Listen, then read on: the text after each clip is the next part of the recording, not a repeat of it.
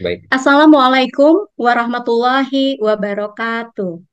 Waalaikumsalam warahmatullahi wabarakatuh. Salam sejahtera untuk kita semua. Halo, Bapak dan Ibu educator hebat yang ada di Indonesia, Bapak dan Ibu sahabat KF Academy. Selamat malam. Dalam kesempatan hari ini, Alhamdulillah, kita berjumpa kembali dalam eh, podcast dari KF Academy yang menjadi opening untuk kegiatan workshop KF Academy selanjutnya yang bertema mengenai kupas tuntas PBD revisi 2024. Dan dalam kesempatan malam hari ini, tentu saja saya ditemani oleh narasumber yang prominen, hebat, luar biasa, yang saya akan perkenalkan, yaitu Bapak Deden Suryanto, MPD.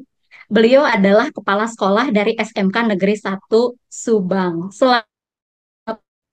Selamat malam Bu Dini. Assalamualaikum untuk semua sahabat KF Academy. Alhamdulillah bisa bertemu lagi, insya Allah. Bagaimana kabarnya Pak? Baik? Baik Bu Din, Alhamdulillah. Walaupun cukup sibuk Baik, dengan Alhamdulillah. kegiatan PPDB, Alhamdulillah. Mudah-mudahan juga seluruh Masih sahabat sibuk. KF Academy juga pada sehat-sehat ya Bu Din ya. Iya, Pak. Amin, amin ya Rabbal Amin. Bapak dan Ibu, tentu saja Bapak dan Ibu sudah tidak asing dengan Pak Deden karena beliau sangat sering ya Pak ya untuk jadi pemateri atau narasumber di KF Academy. Sebagai Betul. informasi Bapak dan Ibu, kenapa saya tadi disampaikan kalau Pak Deden itu adalah narasumber yang prominen, karena beliau adalah guru berprestasi pernah, kepala sekolah berprestasi juga pernah, dan sudah malang melintang ya Pak ya di dunia perkurikuluman ya, khususnya sekarang kurikulum merdeka dan juga sebagai narasumber PBD. Nah, Bapak dan Ibu Allah. mengenai PBD ya, pasti ada yang penasaran kira-kira apa itu PBD. Nah, itu mungkin Pak pertanyaan pertama, kira-kira apa itu PBD? Baik Bu Din, Bapak Ibu sahabat KF Academy. Kalau tidak salah, kita sudah 3 kali ya melaksanakan workshop di KF Academy terkait dengan PBD. PBD itu sendiri adalah perencanaan berbasis data yang memang digagas oleh Kementerian Pendidikan, Kebudayaan, Riset, dan Teknologi sebagai data yang bisa digunakan oleh Satpen dalam melaksanakan pelayanan minimal perubahan secara berkelanjutan. Nah, PBD itu sendiri ini mungkin sudah masuk kepada revisi yang ketiga gitu ya di tahun 2024. Tiap-tiap revisi ada perbedaan, walaupun memang pada intinya masih sama, namun ada spesifikasi di tiap perubahannya itu yang memang dijadikan tagline perubahan itu sendiri. Contoh, kalau di 2021, 2022 kan ada 6 indikator, rubah jadi 8 indikator di tahun 2022, 2023. Terus nanti 2023, 2024 ini kan IRB-nya, identifikasi, refleksi benahinya ada berubah jadi IRBB gitu Bu Dini ya. Gitu. Nah, nanti apa IRBB mungkin nanti akan kita bahas lebih lanjut dalam pertanyaan berikutnya dari Bu Dini. Itu kurang lebih Bu Dini. Baik, Bapak, terima kasih atas penjelasannya mengenai PBD. Oke, selanjutnya kira-kira ya Pak ya, apa sih kaitannya antara PBD dengan raport pendidikan, Pak? Baik, baik Bu Din. Raport pendidikan itu data yang dihasilkan dan data itu nanti akan digunakan dalam pelaksanaan perencanaan berbasis data. Nah, untuk pemahaman lebih globalnya kan kita bisa mundur gitu ya, bahwa setiap satuan pendidikan itu kan harus melaksanakan atau ikut melaksanakan AN, kemudian Sulinjar untuk siswa, guru, dan kepala sekolah gitu ya. Nah, kemudian untuk SMK kan ada tracer study, ya, penelusuran tamatan, serta data-data lain yang diminta di dalam apa pengolahan data raport pendidikan itu, gitu ya, itu diolah menjadi raport pendidikan. Nah, citra sekolah kan biasanya dilihat juga dari raport pendidikan gitu ya. Sekolah ini seperti apa kualitas layanannya itu bisa dilihat dari rapot pendidikan. Karena di rapot pendidikan kan ada 8 indikator gitu ya, mulai dari literasi, numerasi, kemudian karakter, kemudian iklim sekolah, sampai kepada SMK itu kan ada yang khasnya itu adalah penyerapan lulusan, link and match ya dengan dunia kerja dan seterusnya. Nah, itu kan nanti ada apa namanya gradasi warna gitu ya. Kalau hijau berarti sudah baik, kalau kuning berarti masih kurang baik atau butuh perbaikan, merah itu berarti butuh perbaikan dengan segera gitu ya. Nah, dari rapot pendidikan ini, dari gradasi warna itu nanti ya, disitulah awal mulainya kita merencanakan perencanaan berbasis data ya dengan cara memilah mana yang perlu perbaikan dengan segera, kemudian mana yang perlu perbaikan atau mana yang perlu peningkatan itu adalah awal dari langkah-langkah yang harus kita lakukan dalam perencanaan berbasis data gitu ya, yang kita kenal dengan IRB kalau dulu ya, ya Budin ya. Ada identifikasi, ada refleksi, ada benahi. Itu di tahun 2023 kemarin. 2024 ini PBD itu ada revisinya. Itu adalah IRBB, identifikasi, refleksi, tetap benahinya ada, cuma benahinya jadi dua gitu ya. Ada benahi perencanaan, ada benahi implementasi. Jadi sekarang lebih luas lagi PBD ini bisa memberikan masukan ataupun langkah-langkah yang strategik bagi sekolah dalam peningkatan kualitas pembelajaran atau pelayanan di satuan pendidikan masing-masing. Dan itu secara kontinu gitu. Itu Budin. Jadi eh, Oke, data rapot pendidikan dijadikan dasar dalam pembuatan perencanaan berbasis data oleh satuan pendidikan. akses. Baik, Pak. Berarti sebetulnya tadi ya, Pak, yang disampaikan oleh Bapak bahwa data dari raport pendidikan itu kan ada gradasinya. Nah, itu dibuat Betul, sebagai dasar dan alasan untuk bagaimana kita menyusun PBD ya dari tiap satuan betul. pendidikan ya, Pak ya. Baik, Nah, tadi Pak, pertanyaan selanjutnya menarik dengan apa yang tadi Bapak pemantiknya dari Bapak yang Bapak sebutkan.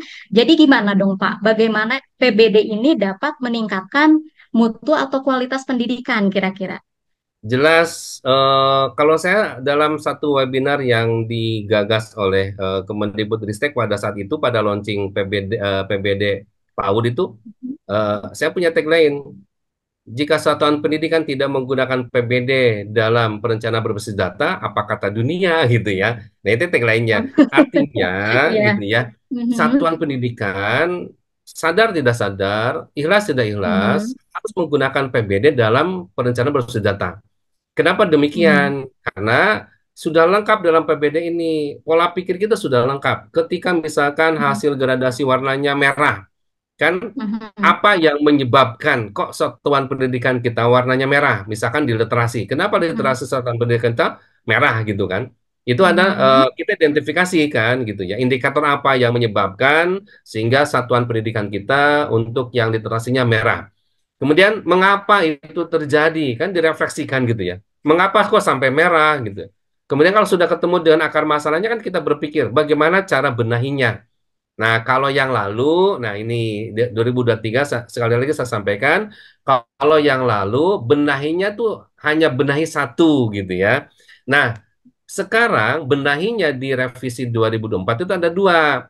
Bagaimana akar masalah itu dibenahi dari segi perencanaannya dan bagaimana dibenahi dari segi implementasinya. Jadi ini mhm, sangat-sangat urgen kalau pendapat saya sebagai kepala sekolah gitu ya, Budinya. Ini sangat membantu sekali mhm, PBD ini dalam menentukan indikator-indikator perbaikan kita secara kontinu, ya berkelanjutan dan ketercapainya itu jelas gitu. Oh sekarang merah, tahun depan jadi kuning gitu kan ya. Oh sekarang kuning, tahun depan jadi hijau. Hijaunya tahun sekarang 70, nanti tahun depan jadi 85 gitu ya. Nanti tahun depannya jadi 95. Jadi perbaikan secara berkelanjutan ini ya itu bisa bisa dilakukan oleh satuan pendidikan. Ini pula di tahun sekarang kan ada yang disebut dengan sekolah yang dicita-citakan Budin.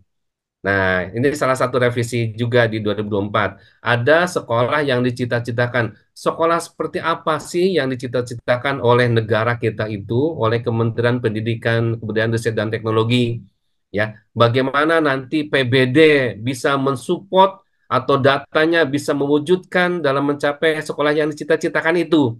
Nah, ini adalah tagline-tagline yang menjadi core dalam perubahan revisi di PBD tahun 2024. Sebagai bocoran nih Budin, misalkan bocoran. Sekolah yang dicita-citakan itu ada 4 pilar. Pertama adalah pendidik yang Mhm. reflektif, gemar belajar, kolaborasi, dan bekerja sama. Yang kedua, pembelajaran berpusat kepada murid. Yang ketiga, iklim satuan sekolah yang aman, inklusif, ya. Kemudian merayakan kebinekaan. Kemudian yang keempat adalah kepemimpinan yang melakukan perubahan pelayanan berkelanjutan, perbaikan pelayanan yang berkelanjutan. Nah, PBD itu adalah alat atau media untuk satuan pendidikan dalam rangka mencapai sekolah yang dicita-citakan tadi. Bagaimana PBD kok bisa menjadi alat untuk mencapai sekolah yang dicita-citakan tadi? Tentunya nanti akan kita bahas di kegiatan di workshop ya Budin, tidak saat ini gitu kan. Workshop ya Pak ya. Di workshopnya nanti, Siap. karena 4 hari kita insya Allah workshopnya gitu ya. Mhm, mhm, mhm. Itu barangkali Iya. Budin. Ya, Pak, keren banget ini bocorannya luar biasa. Ini saya jadi tertarik banget untuk ikut workshop dan mudah-mudahan rekan-rekan guru-guru yang ada di Indonesia juga sama tertariknya dengan kita ya, Pak ya. Baik, Bapak. Mudah-mudahan. Jadi tadi betul yang namanya apa IRBB ya, Pak ya, identifikasi, Betul. refleksi, benahi. Kalau sekarang di 2003-2024 itu justru ada dua, benahi itu di perencanaan Perencanaan tetapi juga dan di implementasi. implementasi, bukan hanya di perencanaan tetapi juga di implementasi. Luar biasa sekali Betul, Bapak betul. dan Ibu. Oke, Bapak dan Ibu, sahabat KF Akademi dari Sabang sampai Merauke, itu kira-kira ya bocoran mengenai apa saja yang akan kita kupas tuntas ya dalam workshop selanjutnya mengenai kupas tuntas PBD revisi 2024. Dan Bapak dan Ibu dalam workshop ini sebagai informasi juga bukan hanya saja informasi yang holistik tentu dari Pak Deden, narasumber kita yang luar biasa, tetapi Pak Deden sudah menyiapkan banyak sekali bonus untuk Bapak dan Ibu. Betul ya, Pak ya? Betul, betul. Ya, dan apa saja bonusnya Bapak dan Ibu? Yang pertama adalah file lengkap ya, bab 1 sampai 6 dari PBD 2024 ya, yang merupakan revisi terbaru pastinya. Lalu contoh dari lembar kerja dan juga materi tentang pengelolaan kinerja. Wah, Pak, keren sekali Pak. Ini komprehensif, Ada semuanya ada di sini. ada satu lagi Bu Din sebenarnya nih bagi teman-teman gitu ya. Hmm, Tadi PBD ini kan bisa rapor pendidikan bisa diakses oleh semua guru gitu ya. Dan ini hmm, betul-betul sekarang terintegrasi dengan PMM gitu. Jadi apa hmm, yang oke. disampaikan modul 1 sampai modul 6 nanti gitu ya, itu adalah merupakan awal dari kebijakan-kebijakan. Nah, nanti pelaksanaannya atau contoh-contoh atau alur kegiatan yang dilakukan oleh satuan pendidikan itu justru nanti adanya di PMN. Nah, bagaimana kita Hmm. membuka PMN dan mengikuti langkah-langkahnya, ya itu mungkin akan kita coba nanti dilakukan di saat ada kegiatan workshopnya gitu ya. Oke. Siap-siap, Pak. Itu. Keren, mantap, luar Baik, biasa. Baik, Bapak dan Ibu, untuk itu kami tunggu Bapak dan Ibu bergabung di workshop kami di seri Kupas Tuntas PBD Revisi 2024 ini di tanggal berapa, Pak? 25 sampai 28 Juli 2024. Bapak dan Ibu ya. baik. Ingat di tanggal 25 sampai 28 Juli 2024. Oke, kami tunggu Bapak dan Ibu partisipasi dalam kegiatan workshopnya. Terima kasih atas perhatian Bapak dan Ibu, para sahabat KF Academy. Itu aja mungkin ya Pak ya dari kita. Baik. Kita tutup Kita dulu. menunggu ya Budin ya. Wassalamualaikum. Kita sangat menunggu keikutsertaan dari teman-teman sahabat KF Academy di workshop nanti akan kita laksanakan. Iya, Betul, Pak. Terima kasih, Pak Deden, atas Sama-sama, ilmunya yang Bu luar biasa. Titin. Siapkan, Pak, untuk nanti di workshopnya juga ya. Kita udah Baik, sangat baik, baik. curious banget. Terima kasih banyak, Bapak dan Ibu. Selamat malam. Wassalamualaikum warahmatullahi wabarakatuh. Waalaikumsalam warahmatullahi wabarakatuh.